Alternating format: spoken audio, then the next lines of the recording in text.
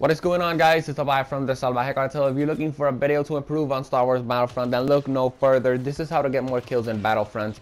Some of the personal tips that I have been using for all of my years of first-person shooters slash third-person shooter games, as well as some Battlefront tips that I have always used. For example, third person, right? Not a lot of people play on third person. Some people just like to play on first person. And let me tell you guys this: if you don't play in third person, you are pretty much missing the Battlefront experience, all right? Because I mean, I'm a veteran player, so of course I like to choose third person over first person.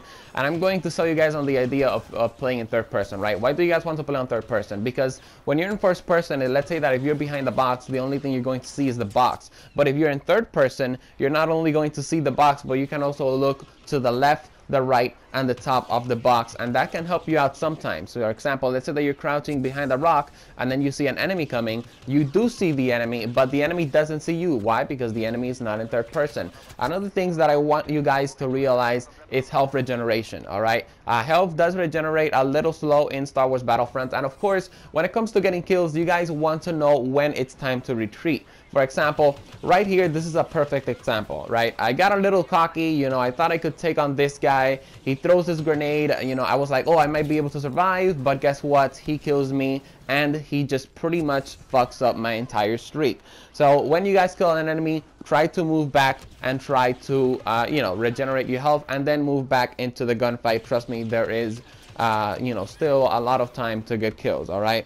Of course, when it comes to getting kills, you do have to stay alive. How do you stay alive? Mainly the strategy that I do, which is a strategy that I have been using for some first-person shooters, is that I never go towards the middle of the map, and if I do, it's I rarely go towards the middle of the map. I mainly just try to stay around the circular areas. And of course, you guys don't want to be where your teammates are at. You guys want to be on the other side. That's just basic first-person shooter slash third-person shooter tips, though.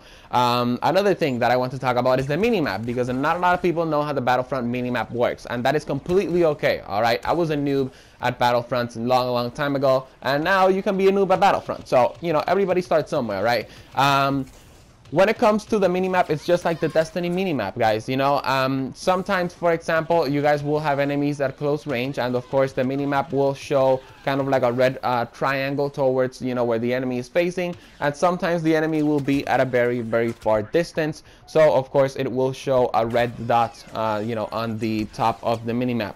Now, another thing that I want to talk about is a personal shield, because this thing can help you stay alive for very long periods of time. As you guys saw at the beginning of the video, I had 4 points of health, and then I activated my personal shield for a chance to retreat. All right, that is the only thing I use the personal shield for, as well as activating pods, capturing objectives, all of that good stuff. Of course, that is something that you can use, activate your personal shield, activate an objective. But what I like to use my personal shield for is I'm getting shot at, I know I'm about to die, so I activate it and I pretty much just escape death. It's super crazy. It's a strategy that it's really effective. Another thing that I want to talk about is the jump pack. If you don't like the personal shield, if you want to use the what's this thing called? I believe it's the ion shot to do more damage to vehicles if you're in Walker Assault. Well, use the jump pack, right? Because you can use the jump pack to move out from situations where there are a lot of enemies. Let's say that you're about to die, you activate the jump pack, and then you just fly in the air and you get out of that situation. Another thing that I want to talk about when it comes to getting more kills, obviously you guys want to use the right weapons. You guys want to use your weapons correctly. Do not aim. All right, I repeat this: do not aim. Star Wars Battlefront has I believe it's called bullet distance or something like that. I don't really know the exact term for it. All I know is that if you shoot while you're aiming down the sight and the enemy just runs, right, the bullets will not get him, right, because the bullets have, I believe it's travel distance or something like that. In other words, just to make it less complicated, guys, you're more accurate when shooting from the hip. I know this sounds very crazy to first-person people, but honestly, that's why I recommend to play on third person. As you guys can see, almost throughout this entire gameplay, I never aimed my gun, right? It's something that I rarely did. Why? Because I believe it, you're more accurate when you're shooting from the hip, because of course the people can run away from you, and when you're shooting from the hip, you have a higher chance of getting them. Another thing that I recommend, and almost the final thing that I recommend, is that you guys don't hold the trigger when you're shooting. Just tap it. All right, all you guys want to do is just tap the L1 button. I mean the L2 button to shoot. I mean the R2 button to shoot. Jeez, the R2 button to shoot. You know, if you're in PS4, I don't know the other consoles, but yeah, you just want to tap the shooting button. You know, just a little by little, like that. You have more bullets in. If you hold it, you're gonna have less bullets in.